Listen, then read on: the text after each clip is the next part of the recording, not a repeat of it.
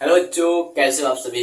मैं आशा करता हूँ कि आप सभी स्वस्थ होंगे, मस्त होंगे। आपकी पढ़ाई भी बहुत अच्छे तरीके से चल रही होगी। मेरे प्यारे बच्चों, आज की इस क्लास में मैं आपको पढ़ाऊंगा नर जनन तंत्र यानी कि मेल रिप्रोडक्टिव सिस्टम के बारे में पढ़ाऊंगा। मेल रिप्रोडक्टिव सिस्टम होता क्या है, कहाँ पाया जाता है, इसका काम क्या होता है, इन सभी पॉइंट्स को हम अच्छे से जानेंगे। तो फर्स्ट ऑफ ऑल सबसे पहले हम बात कर लेते हैं कि जो मेल रिप्रोडक्टिव सिस्टम होता है यानी कि पुरुष जनन तंत्र कहे हो या फिर हम कह सकते हैं नर जनन तंत्र, ये स्थित कहाँ होता है, पाया कहाँ जाता है। तो इसको समझिए इस प्रकार से कि मान लीजिए ये कोई इंसान है, ठीक है, अच्छे से हंस रहा है, इसकी ये पूरी शरीर है, ठीक है। अब इसके शरीर में अगर हम बात करते हैं तो ये जो भाग होता है ये कहलाता है वक्ष गुहा, ठीक है। समझिएगा धीरे धीरे से, वक्ष गुहा, ठीक है। उसके बाद इसके नीचे की वक्ष गुहा के जो भाग का निचला स्तर होता है वो कहलाता है हमारा उदर भाग, ठीक है, उदर भाग। और उदर भाग के जस्ट नीचे जो संरचना होती है या फिर जो भाग होता है उसको हम कहते हैं श्रोणी भाग। क्या कहते हैं, इसको हम कहते हैं श्रोणी भाग। समझ में बेटा, श्रोणी भाग कहते हैं। अब जो पुरुष का नर जनन तंत्र होता है वो श्रोणी भाग के नीचे स्थित होता है, श्रोणी भाग के नीचे स्थित होता है। तो यहाँ पर हम लिख सकते हैं नर जनन तंत्र, तो श्रोणी भाग के नीचे स्थित होता है। इतनी पॉइंट क्लियर चल गई। तो अभी हम क्या लिख सकते हैं कि पुरुष में, ठीक है, पुरुष का जनन तंत्र, पुरुष का जनन तंत्र श्रोणी भाग में स्थित होता है। पुरुष का जनन तंत्र कहाँ होता है, श्रोणी भाग में स्थित होता है। अब बेटा अगर हम बात करते हैं कि जो पुरुष का जनन तंत्र होता है उसके अंदर बहुत सारे अंग आते हैं, ठीक है। तो पुरुष जनन तंत्र के अंदर बहुत सारे अंग आते हैं। जैसे में अगर हम बात करते हैं तो सबसे पहले आता है प्राथमिक लैंगिक अंग, प्राथमिक लैंगिक अंग, प्राथमिक लैंगिक अंग जिसको हम कहते हैं primary sex organ, primary sex organ. तो बेटा अगर हम प्राइमरी सेक्स ऑर्गन की बात करते हैं, प्राथमिक लैंगिक अंग की बात करते हैं, तो वो होता है आपका वृषण, ठीक है। वृषण जो होता है वो प्राथमिक लैंगिक अंग होता है जिसको हम इंग्लिश में टेस्टिस के नाम से जानते हैं। उसके बाद इसी में आता है आपका सहायक लैंगिक अंग या द्वितीयक लैंगिक अंग, द्वितीयक लैंगिक अंग जिसको इंग्लिश में हम कहते हैं बेटा एसेसरी सेक्स ऑर्गन और secondary sex organ. Accessory sex organ कहिए या सेकेंडरी सेक्स ऑर्गन कहिए। देखिए जो एसेसरी सेक्स ऑर्गन होता है या फिर द्वितीयक लैंगिक अंग, सहायक लैंगिक अंग होता है, इसके अंदर आपका अधिवृषण आता है, अधिवृषण आता है जिसको इंग्लिश में कहते हैं एपिडिडाइमस। इसके बाद इसी में आता है आपका वृषण कोश, जहां पर वृषण स्थित होता है जिसको हम स्क्रोटम कहते हैं।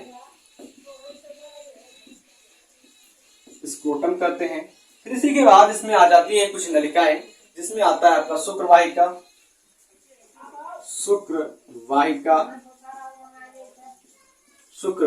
जिसको हम वास डिफरेंशिया के नाम से जानते हैं इंग्लिश में, ठीक है, वास डिफरेंशिया। फिर इसी में आपका आ जाता है मूत्रवाहिनी या फिर मूत्रमार्ग, ठीक है, जिसको हम यूरेथ्रा के नाम से जानते हैं, ठीक है, यूरेथ्रा। इतनी चीजें संपन्न हुई। उसके बाद बेटा इसी में आपका आ जाता है जो नर जनन तंत्र होता है। पहला तो हो गया हमारा प्राथमिक लैंगिक अंग, दूसरा हो गया सहायक, ठीक है, लैंगिक अंग या द्वितीयक लैंगिक अंग, तीसरा जो होता है वो आता है ग्रंथि, ठीक है। तो भैया नर जनन तंत्र में जो ग्रंथि होती है वो भी पाई जाती है, ग्लैंड जिसको हम कहते हैं, ये भी पाई जाती है। बेटा अगर ग्लैंड्स की बात करते हैं यानी कि ग्रंथि की बात करते हैं तो नर जनन तंत्र में एक जोड़ी शुक्राशय पाया जाता है, जिसको हम सेमिनल वेसिकल के नाम से जानते हैं, ठीक है, सेमिनल वेसिकल के नाम से जानते हैं। इसी में पाया जाता है आपका प्रोस्टेट, जिसको हम पुरुष कहते हैं हिंदी में, पुरस्थ ग्रंथि, इसको इंग्लिश में कहते हैं प्रोस्टेट ग्रंथि, प्रोस्टेट ग्लैंड, प्रोस्टेट ग्लैंड। इसी में पाया जाता है आपका काउपर, काउपर ग्रंथि। देखो बेटा, काउपर ग्रंथि को हम एक और नाम से जानते हैं, इसका दूसरा नाम है बल्बो यूरेथ्रल ग्रंथि। तो याद करके लिख सकते हैं, या बल्बो यूरेथ्रल ग्रंथि, बल्बो यूरेथ्रल ग्रंथि। इंग्लिश में भी हम वही कहेंगे, Cowper, Cowper's gland, OR bulbo urethral, bulbo urethral gland. इतनी बातें क्लियर हुई। आगे चलिए, अगर हम बात करते हैं, जो हमारा चौथा नंबर होता है वो होता है बाह्य जननेंद्रिय, बाह्य जननेंद्रिय। बाह्य जननेंद्रिय को इंग्लिश में बेटा हम कहते हैं external, external genitalia, genitalia, external genitalia. तो एक्सटर्नल जेनेटिलिया में केवल एक ही पाया जाता है, जो कि है शिश्न, शिश्न। ठीक है, शिश्न होता है वो एक्सटर्नल जेनेटिलिया होता है, जिसको हम पेनिस के नाम से जानते हैं। ठीक है, इतना स्पष्ट हो बेटा। एक बार फिर से देखते हैं कि जो पुरुष जनन तंत्र होता है वो श्रोणि भाग में स्थित होता है, यानी कि कमर के नीचे स्थित होता है। देखो, पूरा का पूरा जो जनन तंत्र होता है वो श्रोणि भाग में स्थित नहीं होता। आधी जो जनन तंत्र होती है, जो मेन होता है, वो श्रोणि भाग के नीचे बाहर शरीर के स्थित होता है, और बाकी का जो होता है वो हमारे उदर गुहा में पाया जाता है। इतना कंफर्म हुआ। अगर हम बात करते हैं कि जो हमारा नर जनन तंत्र होता है उसके अंदर प्राथमिक लैंगिक अंग, सहायक या द्वितीयक लैंगिक अंग, ग्रंथियां और बाह्य जननेंद्रिय शामिल होती है। प्राथमिक लैंगिक अंग की बात करते हैं तो यहाँ पर वृषण, जिसको हम टेस्टिस नाम देते हैं। उसके बाद जो द्वितीयक लैंगिक अंग या सहायक लैंगिक अंग होता है उसमें आपका आ जाएगा अधिवृषण, वृषणकोश, शुक्रवाहिका और मूत्र मार्ग आ जाएगा, जिसको हम इंग्लिश में यूरेथ्रा के नाम से जानते हैं। देखिए, शुक्राणु को निकालने वाला और मूत्र को निकालने वाला दोनों मार्ग एक ही है, जिसको हम मूत्र मार्ग का नाम देते हैं। उसके बाद आता है आपका ग्रंथि। ग्रंथि के अंदर आपके शुक्राशय आ जाएगी, पुरुष आ जाएगी और काउपर या बल्बोयूरेथ्रल ग्रंथि आ जाएगी। बाह्य जननेंद्रिय की बात करते हैं तो बाह्य जननेंद्रिय बेटा जो होता है वो आपका शिश्न यानी कि पेनिस होता है। तो मैं आशा करता हूं कि ये मेन जो पॉइंट है आपका, जहां से आपको एब्जेक्टिव क्वेश्चन ढेर सारे मिल जाते हैं, ये आपको एकदम क्लियर हो गया होगा।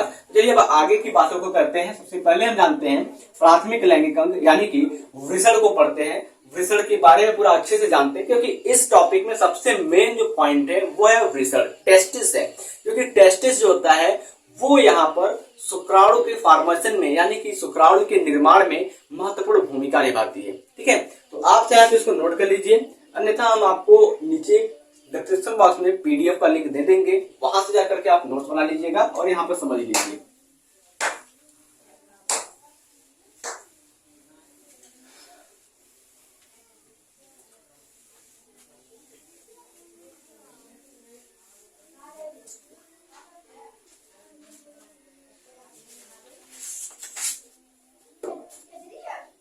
देखो बेटा, अगर हम वृषण की बात करते हैं, इसको हम कहते हैं टेस्टिस। टेस्टिस की बात करते हैं तो अभी हमने आपको बताया कि टेस्टिस क्या होता है। नर जनन तंत्र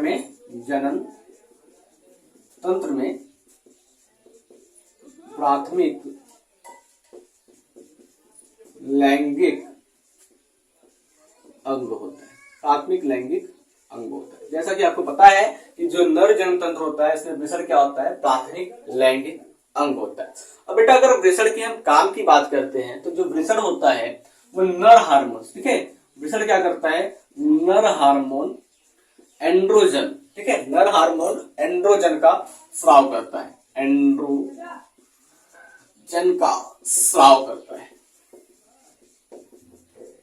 वृषण क्या करता है, नर हार्मोन एंड्रोजन का स्राव करता है। अब आगे की पॉइंट को हम एक डायग्राम के मेथड से समझेंगे, डायग्राम से समझेंगे, ताकि आपको हर चीज विजुअल क्लियर हो जाए। और आपको नोट्स की रही बात तो नोट्स आपको हमने बता दिया कि डिस्क्रिप्शन बॉक्स में मिलेगा।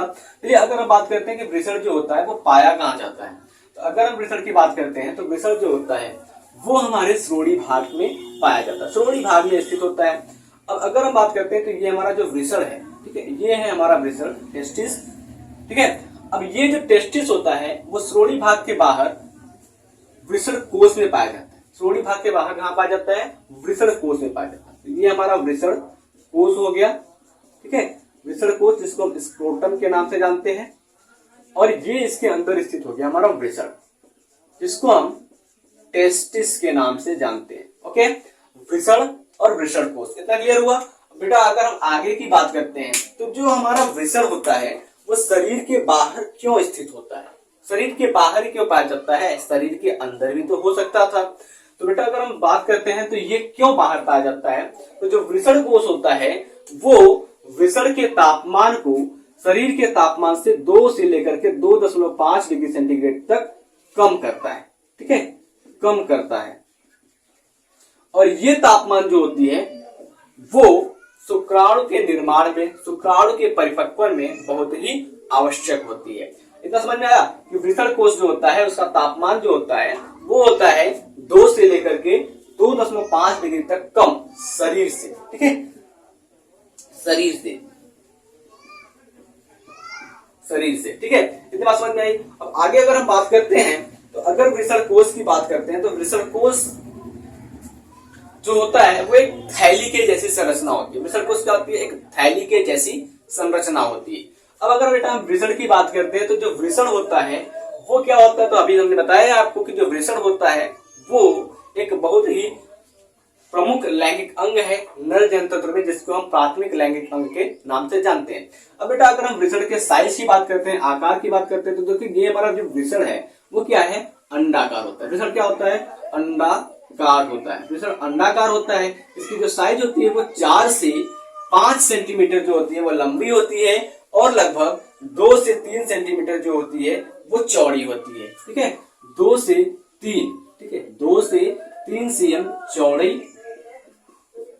2 से 3 cm चौड़ी होती है, 4 से 5 cm, ठीक है, 4 से 5 cm जो होती है वो लंबी होती है। इतनी बात समझ में आई आपको। अब आगे अगर हम बात करते हैं तो वृषण के बारे में ही हम कुछ महत्वपूर्ण बात कर लेते हैं, जैसे कि आपने चमगादड़ देखा होगा, चूहा देखा होगा, और एक होता है उदबिलाव, ठीक है। चमगादड़, चूहा और उदबिलाव में जो होता है वो वृषण केवल प्रजनन के समय ही बाहर आता है, ठीक है। आप नोट करके लिख लीजिएगा कि जो चमगादड़ होता है, चमगादड़, चूहा, एक होता है उदबिलाव एवं उदबिलाव में वृषण केवल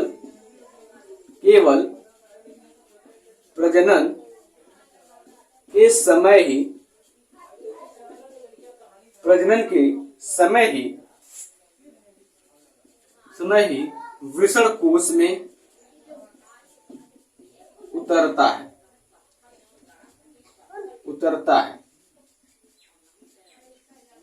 वृषण कोश में उतरता है। एक पॉइंट ये हो गया आपका, बहुत ही मेन पॉइंट है, क्योंकि ये कंपटीशन के लेवल का है कि किसमें वृषण जो होता है वो केवल और केवल प्रजनन के समय, यानी कि जनन करने की समय जब आती है तब वो उतरती है। उसके बाद एक पॉइंट इसमें आप और नोट कीजिएगा कि जो आपका व्हेल मछली होता है, ठीक है, पहला पॉइंट तो ये हो गया। दूसरा पॉइंट ये हो गया, जो व्हेल मछली होती है, व्हेल मछली जो होती है उसमें और तथा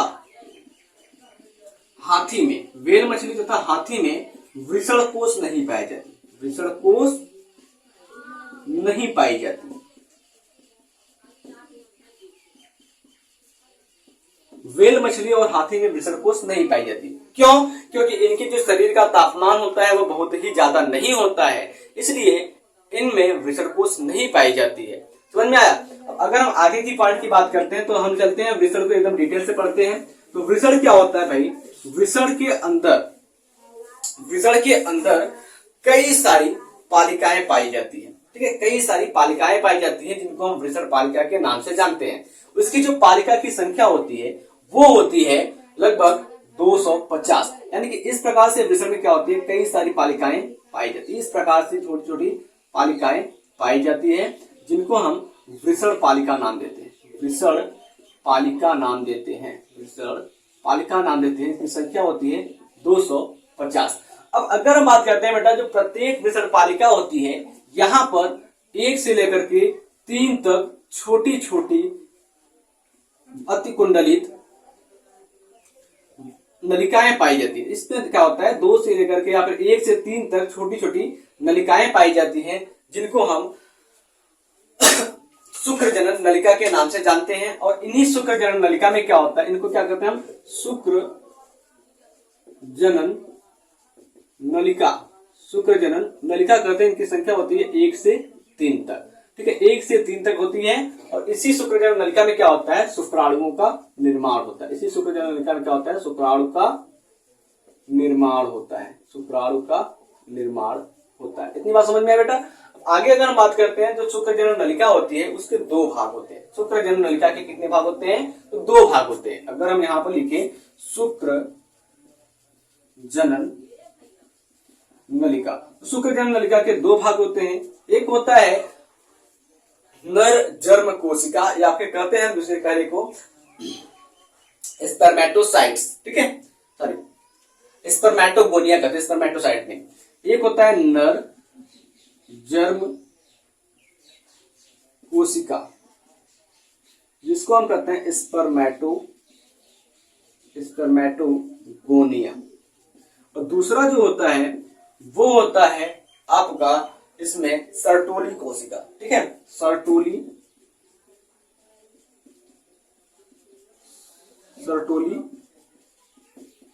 कोशिका, सर्टोली कोशिका, जिसको हम इंग्लिश में कहते हैं सर्टोली सेल, ठीक है, सर्टोली सेल।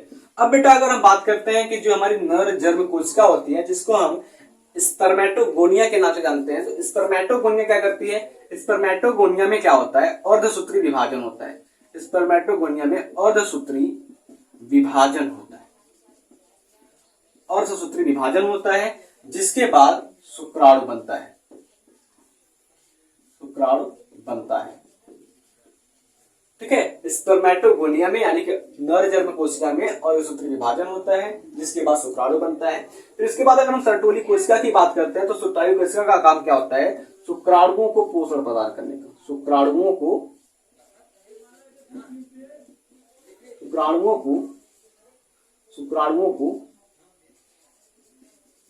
पोषण प्रदान करती है,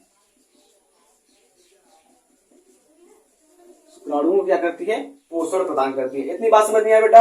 अब आगे अगर हम बात करते हैं कि जो वृषण होता है, वृषण की जो बाहरी कोशिका होती है, सबसे मेन पॉइंट आपको समझ लीजिए कि प्रत्येक वृषण में 250 वृषण पालिका पाई जाती है, और प्रत्येक वृषण पालिका में 1 से 3 अतिकुंडलित नलिका पाई जाती है, जिसको हम शुक्र जनन नलिका के नाम से जानते हैं, जिसमें शुक्राणु का निर्माण होता है। शुक्र जनन नलिका जो होती है उसको 2 प्रकार की कोशिकाएं पाई जाती है, एक नर जनन कोशिका यानी कि नर जर्म कोशिका, और दूसरा जो होता है सर्टोली कोशिका, ठीक है। नर जर्म कोशिका में अर्धसूत्री विभाजन होता है, जिसके फलस्वरूप शुक्राणु का निर्माण होता है, और सर्टोली कोशिका शुक्राणुओं को पोषण प्रदान करने का काम करती है।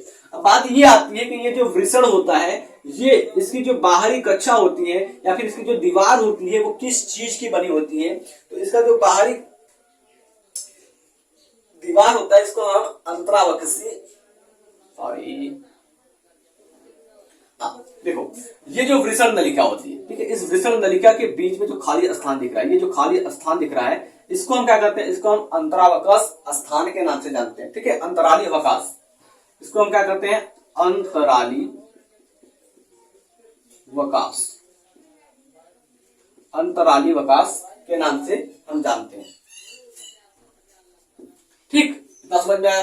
आगे अगर हम बात करते हैं बेटा, तो वृषण की जो लीडिंग कोशिका होती है, वृषण के अंदर एक लीडिंग कोशिका पाई जाती है। अभी हमने आपको बताया कि जो वृषण होता है उसमें नर हार्मोन्स एंड्रोजन का स्राव होता है, तो वो डायरेक्ट वृषण से नहीं होता, वृषण के अंदर पाए जाने वाली लीडिंग कोशिका से होती है। वृषण के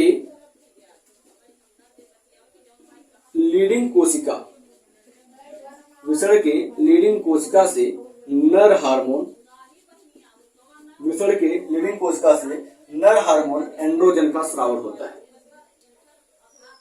नर हार्मोन एंड्रोजन का श्रावण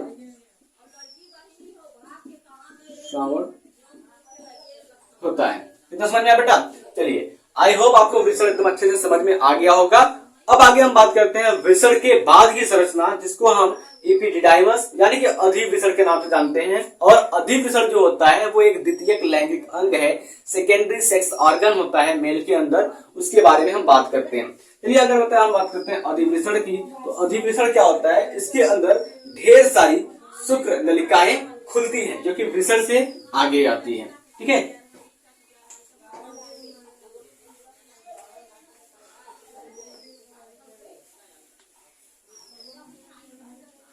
चलिए अब आगे हम बात करते हैं, जिसको हम कहते हैं दूसरे नंबर पर आता है हमारा अधिवृषण। ठीक है, अधिवृषण की बात करते हैं, जिसको हम एपिडिडाइमिस के नाम से जानते हैं, एपिडिडाइमिस के नाम से जानते हैं। तो बेटा जो अधिवृषण होता है इसमें क्या होती है, ढेर सारी महीन, ठीक है, महीन शुक्र नलिकाएं, शुक्र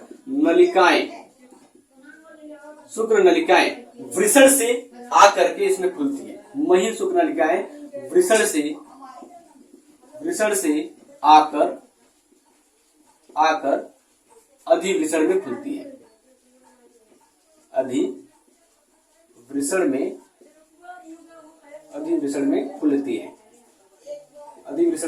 खुलती है। तो समझ में आया बेटा।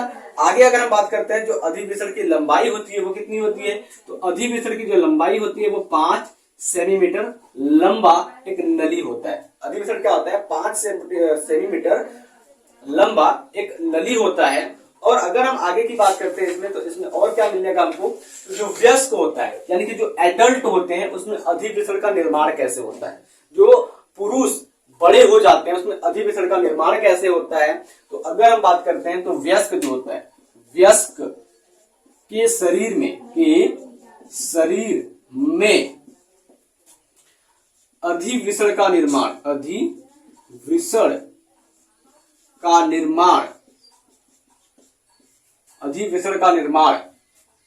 भ्रूण के वोल्फियन डक्ट से होता है।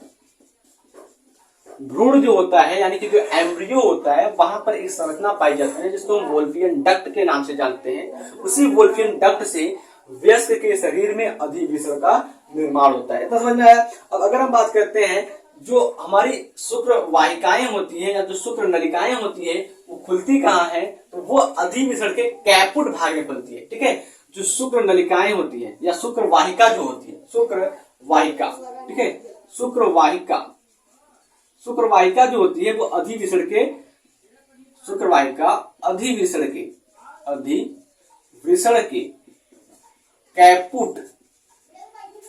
कैपुट नामक स्थान पर खुलती है,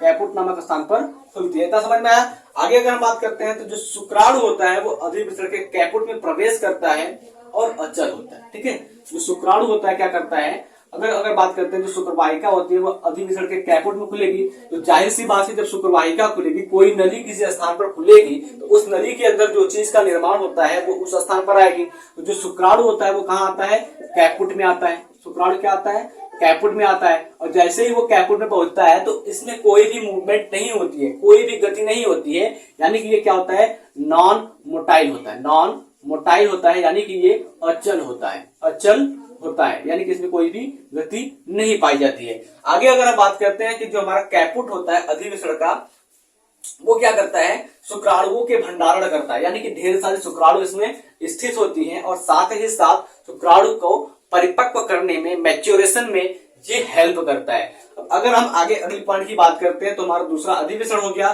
तीसरे की बात करते हैं तो तीसरा हमारा शुक्रवाहक हो जाएगा, जिसको हम वास इफरेंस के नाम से जानते हैं। ठीक है, तीसरा क्या हो जाएगा, शुक्रवाहक हो जाएगा। तीसरा हो जाएगा हमारा शुक्रवाहक, जिसको हम वास डिफरेंस के नाम से जानते हैं, देखो बेटा वास डिफरेंस क्या होता है, ये होता है 40 से 45 सेंटीमीटर लंबी नली होती है,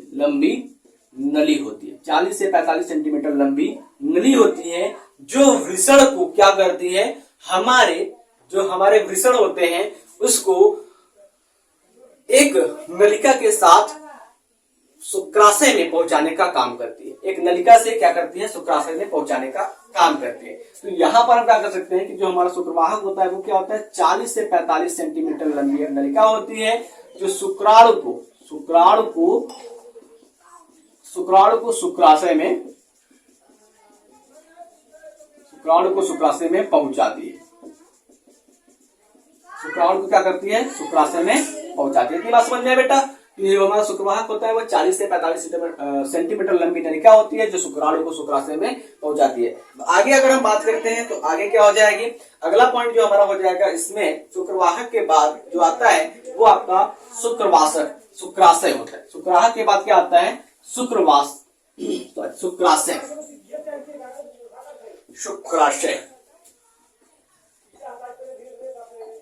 शुक्राशय क्या है, एक ग्रंथि है जिसको हम सेमिनल वेसिकल के नाम से जानते हैं। अब ये क्या करता है, शुक्राणुओं में ढेर सारे प्रोटीन को मिलाता है, बेसिस को मिलाता है, एसिड को मिलाता है, फ्रैक्टोज को मिलाता है, यानी कि ढेर सारे कार्बनिक और अकार्बनिक पदार्थों को मिलाता है, जिसकी वजह से वीर्य का निर्माण होता है और उसी वीर्य में जो शुक्राणु होता है वो मिक्स हो जाता है। यहां पर इसका मतलब क्या होता है, शुक्राशय में क्या करते हैं, शुक्राशय की जो कोशिकाएं होती है, शुक्राशय की जो लीडिंग कोशिकाएं, शुक्राशय की जो कोशिकाएं होती हैं वो शुक्राणुओं के ऊपर फ्रैक्टोज, ठीक है, फ्रैक्टोज या फिर इसी के जैसे फ्रैक्टोज के जैसे कुछ और पदार्थ होते हैं, उन सभी चीजों का श्रावण करती है, ठीक है, जिससे ब्रेन का निर्माण होता है। और शुक्राशय का जो पीएच मान होता है वो होता है 7.4 जो होता है इसका पीएच मान होता है शुक्राशय का। और शुक्राशय में वीर्य तैयार होता है, वीर्य में शुक्राणु आपस में मिल जाते हैं, जिससे शुक्राणु को गति करने में सहायता मिलती है। इस प्रकार से अगर अगले पॉइंट पर बात करते हैं तो अगला पॉइंट हमारा हो जाएगा पुरुष, ठीक है, पुरस्थ, जिसको हम प्रोस्टेट ग्रंथि के नाम से जानते हैं। पुरस्थ जिसको हम क्या कहते हैं, प्रोस्टेट ग्लैंड कहते हैं। अब ये पुरस्थ ग्रंथि क्या करता है, पुरस्थ ग्रंथि क्या करता है, शुक्राणुओं को क्या करता है, अच्छे से रखने के लिए काम करता है, शुक्राणुओं को सही रखने के लिए काम करता है। शुक्राणुओं को अम्लीय माध्यम शुक्राणुओं को क्या करता है, अम्लीय माध्यम प्रदान करता है, जिसका पीएच मान होता है 6.5, ठीक है, पीएच मान क्या होता है 6.5 होता है। उसके बाद आता है आपका काउपर ग्रंथि, ठीक है, उसके बाद क्या आता है आपका काउपर ग्रंथि आता है।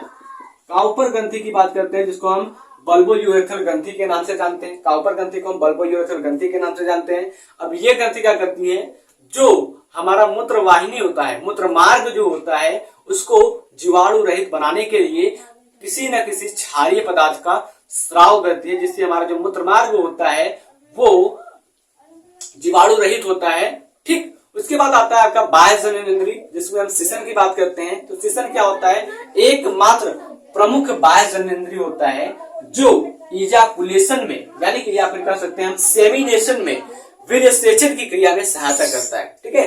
जो शिश्न होता है वो क्या करता है, वीर्य सेचन की क्रिया में सहायता करता है। तो मैं आशा करता हूं कि जो आपका नर जनन तंत्र है वो अच्छे से समझ में आ गया होगा। मिलते हैं आपसे अगले क्लास में, तब तक के लिए जय हिंद, जय भारत।